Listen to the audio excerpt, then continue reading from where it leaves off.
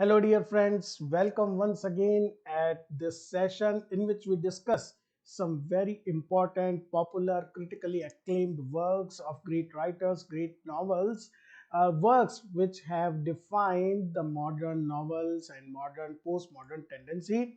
And in this series today, the work we are going to discuss is a very popular work because it created a sensation when it was first published because of its particular style. The work I'm talking about, dear friend, is The French Lieutenant's Women, which is written by John Fowles. Dear friends, if we talk about some key facts of this novel, it was first published in 1969. Its genre is also very important. It is a historiographic metafiction. Now, a metafiction is a work which talks about the fictionality itself, how the fiction is created, the process is revealed by the narrator, by the writer itself. And another important fact about this novel is the setting. It is basically set in the Lyme Regis region and Exeter and London. These are cities in which the novel is set, and it is the time local stamp locality is that, and time stamp is that of 3 years or 2 years, 1867 to 1869. Now let's start about this novel. First thing, as I have told you, that it is set in England in the coastal town of Lyme Regis. Now, an important fact about this particular region is that the similar setting is found in an earlier novel by Jane Austen's Persuasion. Not only this, in fact, John Fowles acknowledges at the beginning of this particular novel this particular fact. The initial chapter of the novel opens with an excerpt from Thomas Hardy's poem The Riddle. It is very important also because the protagonist of the novel is a mystery, is a riddle for everyone. And once again, Fowles very, we can say, he puts this particular excerpt to create what will happen in the poem. It describes the French lieutenant's women as she is first seen both by the reader and other characters in the story. The opening scene has three main characters in the frame. We have Charles Smithson, who is a young person who is, we can say, the hero of the novel. Then his betrothed Ernestina Freeman, who is, we can say, a nouveau rich. She belongs to her family. Her father is an industrialist, and the novel's mysterious protagonist, that is Sarah Woodruff, the so-called French lieutenant's woman. Now, friends, Charles is an upper class paleontologist, amateur. Now, who is a paleontologist? A person who is interested in study of fossils. So, basically, because he belongs to the old rich class, he spends his time doing these things in which his grandfather was very interested.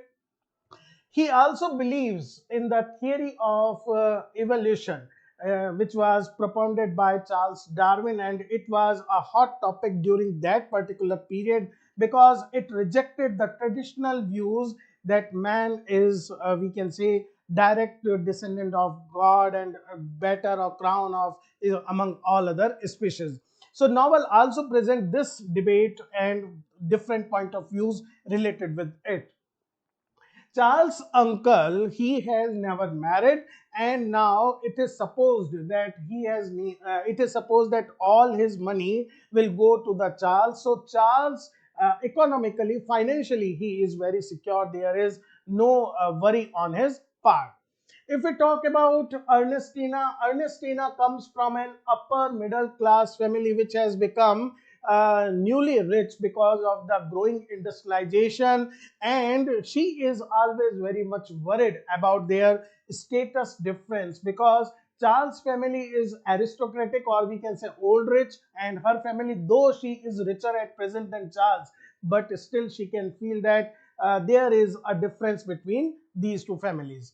Now, in the opening scene, Sarah is standing alone. Now, Charles and Ernestina, they are taking a walk near the sea beach, and then the narrator, sorry, Charles, sees for the first time this particular woman standing dangerously close in the strong winds. And Charles and Ernestina, when they are passing from there, Charles notices Sarah. He is concerned about her, and standing she because she was standing too close at the edge. This is where very first opening scene, first impression of the girl, and Charles thinks that she might be swept away because of the winds. Now Charles goes there, though Ernestina doesn't want him to intrude, but Charles still goes there and tries to gain her attention. The lady just turns towards him. They exchange an odd stare, and then she stays there. The narrator informs, sorry, that excuse me, Sarah is at present employed at Mrs. Paul Tennis, who is a rich widow, wealthy widow, and she basically poses that she wants to do some charity, and she asks for the local from the local curator that she needs someone. If someone needs her help, she is ready to do so. And Sarah, she is a trained governess, and before coming at Lyme, she worked for Talbot family in the nearby town of Charmouth. There, a French ship ran into trouble during a storm, and many persons from there were rescued because of this. And three people survived out of this casualty. Out of them, Captain Talbot invited one of the survivors, who was a French lieutenant, and then Sarah, because she was well versed in French, she acted as an interpreter between the guest, the French lieutenant, and the host. After the lieutenant's leg healed, he left Charmouth to Weymouth, and there he waited for arrival of a passage to take him back to the France. Now, dear friends, 2 days after Charles left, Sarah also asked her Mrs. Talbot to release her from her position, and she eventually moved to this particular place called Lyme. Once again, in the present, Charles is talking to his servant Sam. According to the rumors and according to his behavior, Charles suspects that he is courting a girl, young maid, Mary, who is basically employed at the kitchen of Mrs. Trenter, who is Ernestina's aunt. Now the next goes once again he goes to the shore side in search for fossils, and he loses his path. Then he returns home, not from the usual path but through climb up to in the cliffs. As he is passing through the Weir Commons, which is a copse area, which is generally an untrodden area, very few people go there, a small wilderness area. This is he basically he is surprised to see a woman asleep in a meadow, and he realizes that the woman is Sarah. As she opens her eyes, there is once again moments of awkward silence. No, none of them speak to each other, and then Charles turns and walks away. Soon, Charles leaves the woman's side. He cannot take his mind off her. He thinks about that whether it will be possible to know about this woman more, or whether all life there will be a mystery around her. Now, Mrs. Trenter and Ernestina, they both want to know about Charles' exploration, which type of fossils he find or not. And Charles tells them everything, but he doesn't reveal that he has once again encountered that mysterious woman. Next time Charles encounters Sarah is at her employer, Mrs. Paul Tennis. Charles notices the harsh way basically Ernestina and Mrs. Trenter is visiting Mrs. Paul Tenney, and Charles also goes with them, and there he finds that the lady, Mrs. Paul Tenney, she passes judgment on women, and also notices how Sarah reacted. He comes to know that Sarah is not a common run on the mill type of woman. She has her opinions. Charles is also unhappy how Ernestina also passed comment on Mary's character, and he basically shows his displeasure to Ernestina also. Ernestina, who is always worried about her relationship with Charles, she tries to amend her ways, pays very close attention to Charles' need because of their quarrel after Mary and Sam. But this kind of fussiness, and Charles feels quite trapped into this somewhat, and he is somewhat bored by all this attention. Now, to ease his feeling, Charles once again goes for a long walk, and he takes once again the same path where he earlier encountered Sarah. Now, he is once again pleased to see that Sarah is on the path ahead, but this time he knows that it is not by chance encounter. Sarah must have followed him. They converse, and Charles suggests that she should leave this place. And when Sarah tells that it is not possible for her, Charles thinks that it is because of the French lieutenant. But Sarah makes it clear that no, this is not the reason, because she knows that the French lieutenant is a married person and she is not waiting for him. Rather, she wants to spend time alone. That is why she comes here or go to the beach. They meet again in the same woods, Sarah once again following him, and Charles suspects that this time he is not following the girl, but rather Sarah is following him, and she asks him that she wants some advice. She is in a kind of dilemma, and she wants some advice from Charles. Now, Charles himself feels quite uneasy with with this particular request, because he thinks that it is morally not a right choice to have this kind of secret meetings. So he doesn't reply at the same time, but he says the okay, he will see, and he will see her and talk about her problem. Before that, he meets Dr. Gorgon. Now, Dr. Gorgon is a friend of Ernestina, and he informs Charles. Dr. Gorgon informs Charles that he has seen Sarah, and he has diagnosed her problem, and she is suffering from melancholy. Dr. Gorgon presents his opinion that there are different kind of melancholies, and Sarah is suffering from a particular type of melancholy in which a person doesn't want to be cured. The person loves to be in a melancholic state, and according to Dr. Grogan, this is the case with the Sarah also.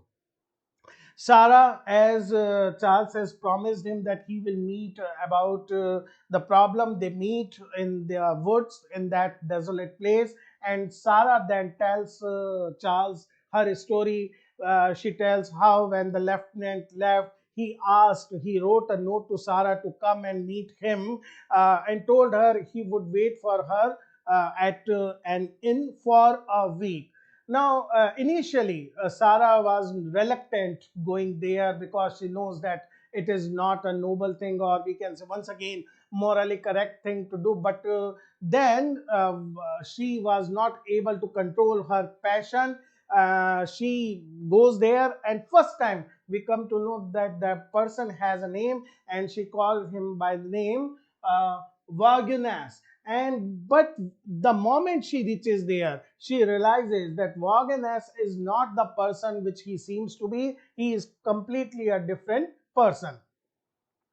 About a month about Varginus sailed away from England, she received a letter from him in which he explained that he was actually married, but his marriage was not a happy one. He was in an unhappy marriage, and he basically wants to carry relationship with Sarah, but not in an honorable manner. This is not acceptable to Sarah, so she leaves the place, comes with the help of local vicar. Sarah gets the job at Mrs. Paul Tennis, who makes her clear in very distinct terms what she is expected to do and how morally she must behave to be in company of Mrs. Polteny. Her only task is to read sometimes to her or to create a kind of a decorated atmosphere.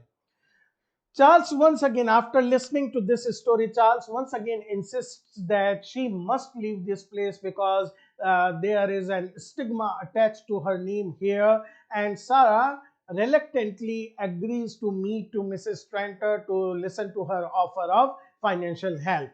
Now, when they are about to leave the this particular woods, they suddenly hear some noises at distance, and when Charles observes, they find that Sam and Mary are flirting with each other. Sarah is very happily surprised to see them, but Charles is very much worried that they may be caught up in this situation and this will affect Charles' relationship with Ernestina. So he asks Sarah never to meet him in this desolate place.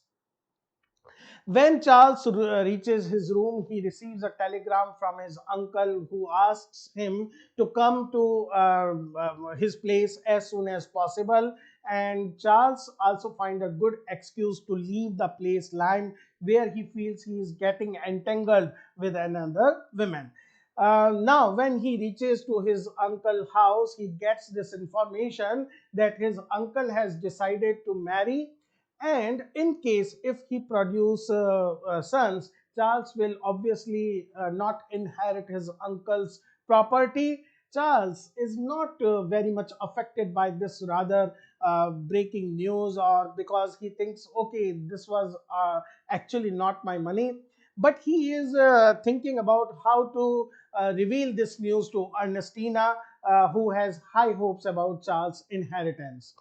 When he returns, Charles is disturbed not by this news but rather by the news that Sarah has been dismissed by Mrs. Polteny. But nobody knows the exact reason why it has been done. And Charles once again meets Dr. Grogan and informs him that Dr. Grogan informs him that Sarah was fired on the complaint of basically because she was complaint of her head cook, Mrs. Fairley.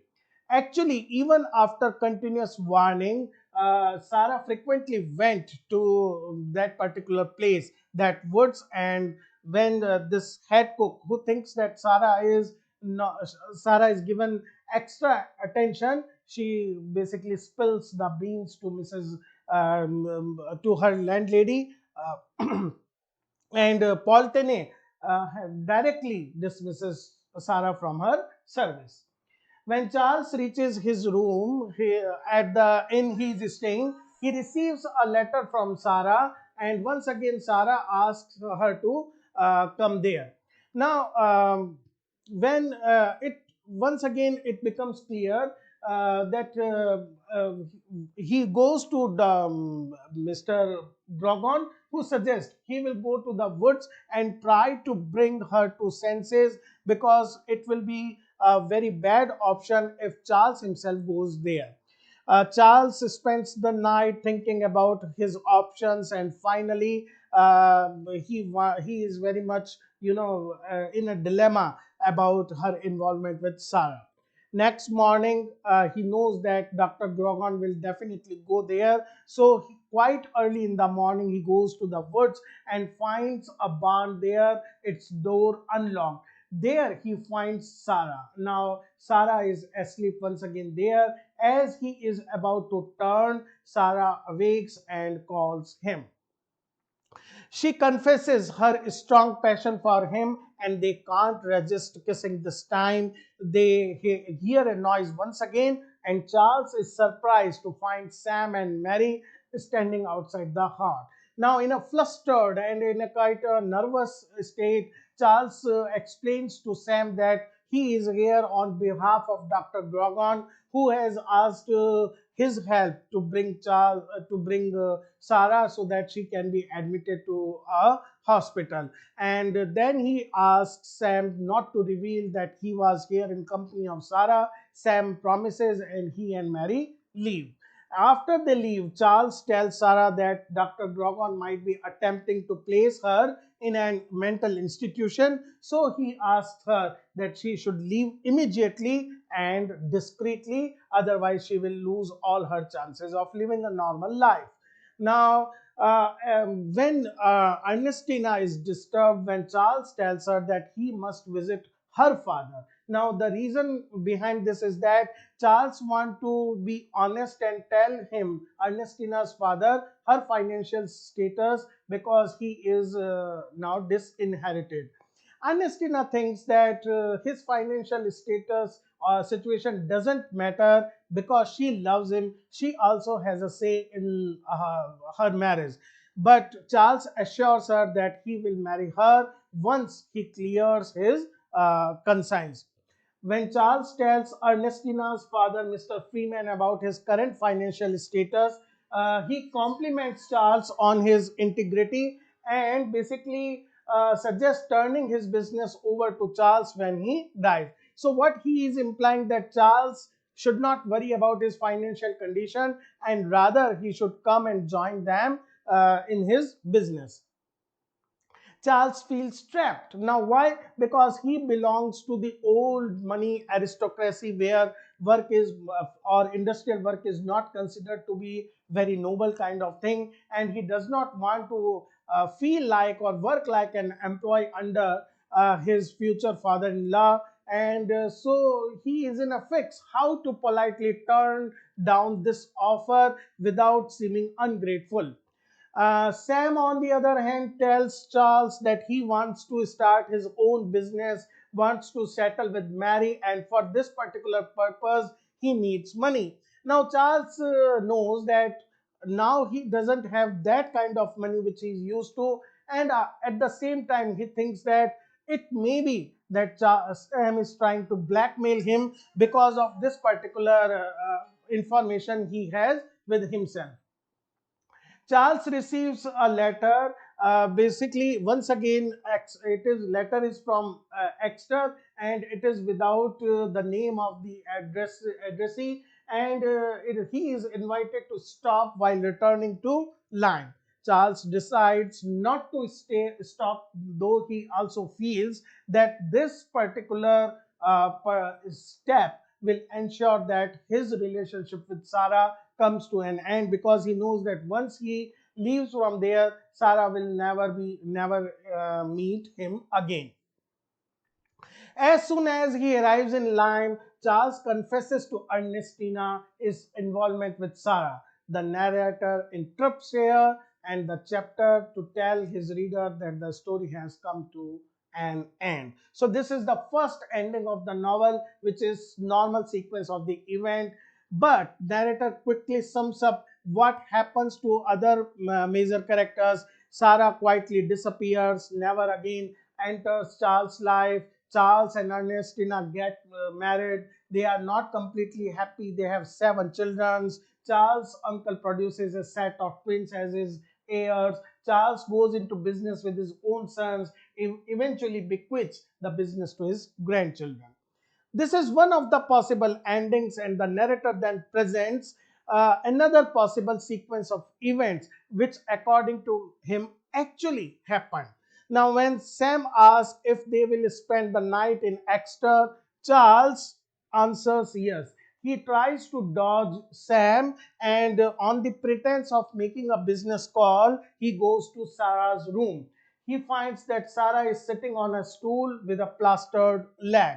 Now, Charles and Sarah make love, and then Charles expresses his desire of getting married to Sarah. Sarah says she loves him, but is in no not worthy of him, that he must marry Ernestina and never see her again. It is sufficient for her that for one particular day he has loved her. Disappointed, Charles arrived at Mrs. Tranter and tells Ernestina that he has realized he was marrying her not out of love but for her money. When Ernestina doesn't believe him, he offers her a half truth that how he is in relationship with the women, who is he even now he doesn't reveal the name of Sarah, and saying that while in London he chanced upon her. Ernestina is obviously shocked. She can't accept that this sudden change in Charles' behavior, and she asks him bluntly to leave her at once. Sam, who witnesses this whole drama between Charles and Ernestina, he says that he will no longer serve him, and Charles begins to realize that how the world around him will fall apart. He even entertains a notion for some time that he must go back and ask forgiveness from Ernestina and marry her. Instead, Charles goes to the inn where Sarah was staying. At the manager tells him that Sarah is no longer there. She hasn't received any letter or message from him, and she has left for London. Narrator puts himself into the novel as a character, a bearded man, strange person. He comes into Charles' compartment while he is traveling to London and tries to figure out how he should end the novel. So this is particular metafictional quality which we were talking about in the beginning. First, he considers allowing Charles' wishes by putting him in touch with Sarah. He also considers leaving Charles to wander through the rest of his life unsatisfied. In the end, the narrator decides that he cannot choose between these two endings. He will provide two different conclusions. So already we have one traditional ending. Now we have two more endings. First is in London, Charles tries to find Sarah, but after weeks of searching, she is not found. Charles receives a letter from Ernestina's father's lawyer asking him to attend an official meeting to sign a statement of guilt, in which he has to read that he has committed this kind of, we can say, a crime. And the novel now jumps ahead 2 years, and Sam and Mary are now married, and actually they have one child, another on the way. Sam reveals Sarah's name to Ernestina's family in association with Charles. This endeared him to Mr. Freeman, who shortly after offered a job to Sam. Charles, after spending some time in Paris, is now staying in America. Here he enjoys his stay because people here are definitely much less confined by cultural constraints. When he arrives in New Orleans, he is surprised by a telegram. This informs him that Sarah has been located. He quickly goes to the address given in the this particular information, and Sarah is meeting with some persons when Charles reaches there, and she is happily surprised to see him. She tells Charles that she left Exeter for London without knowing that he was planning to break his engagement with Ernestina. She was observed by a famous artist and who was a widower and who asked her to come with him. She worked as his assistant and sometimes as his model. The artist Sarah is talking about is Dante Gabriel Rossetti, the famous Pre-Raphaelite artist, painter, and the poet. It is through him that she has evolved into a more confident woman. Now she is. Charles begs her to come with him, and when Sarah refuses, he tells her angrily that because of her, his whole life has been ruined. And in fact, he has doubts that she has been carrying a lesbian relationship with Dante's sister, Christina Rossetti. Sarah, however, asks him to meet someone before he leaves in this angry state, and then the person who enters is the woman who answered the door when Charles came, first arrived. The young girl is holding a child in her arms, and while he examines the toddler, which is named Lalagi, he recognizes her as his own child, the product of their first sexual encounter in the Endicott family hotel. Before this novel ends, the narrator again includes in the final chapter. He is looking at Charles and Sarah from across the road through a window and offers a different conclusion. This is that rather than Charles and Sarah reuniting, Sarah insists that she can be no man's wife and instead offers him that they could be friends. Charles refuses such platonic friendship, and particularly when they have slept together. The girl who greeted him appears carrying a child, but Charles leaves before she can speak. In the distance, looking at the river, he sees all of his life has been for nothing. He will never love again. The narrator suggests that this ending is just as plausible as the other. He suggests that in the life there will always be mysteries that can never be solved. With this, the novel ends. So this is novel famous for its various endings. At least there are three endings, and there are many references to the Victorian society writers which you must know about because these are frequently asked in the exams. Okay friends, with this we come to the end to the discussion of this very popular novel, The French Lieutenant Women. Soon we will come with another work, another writer and another story. Till then, bye bye.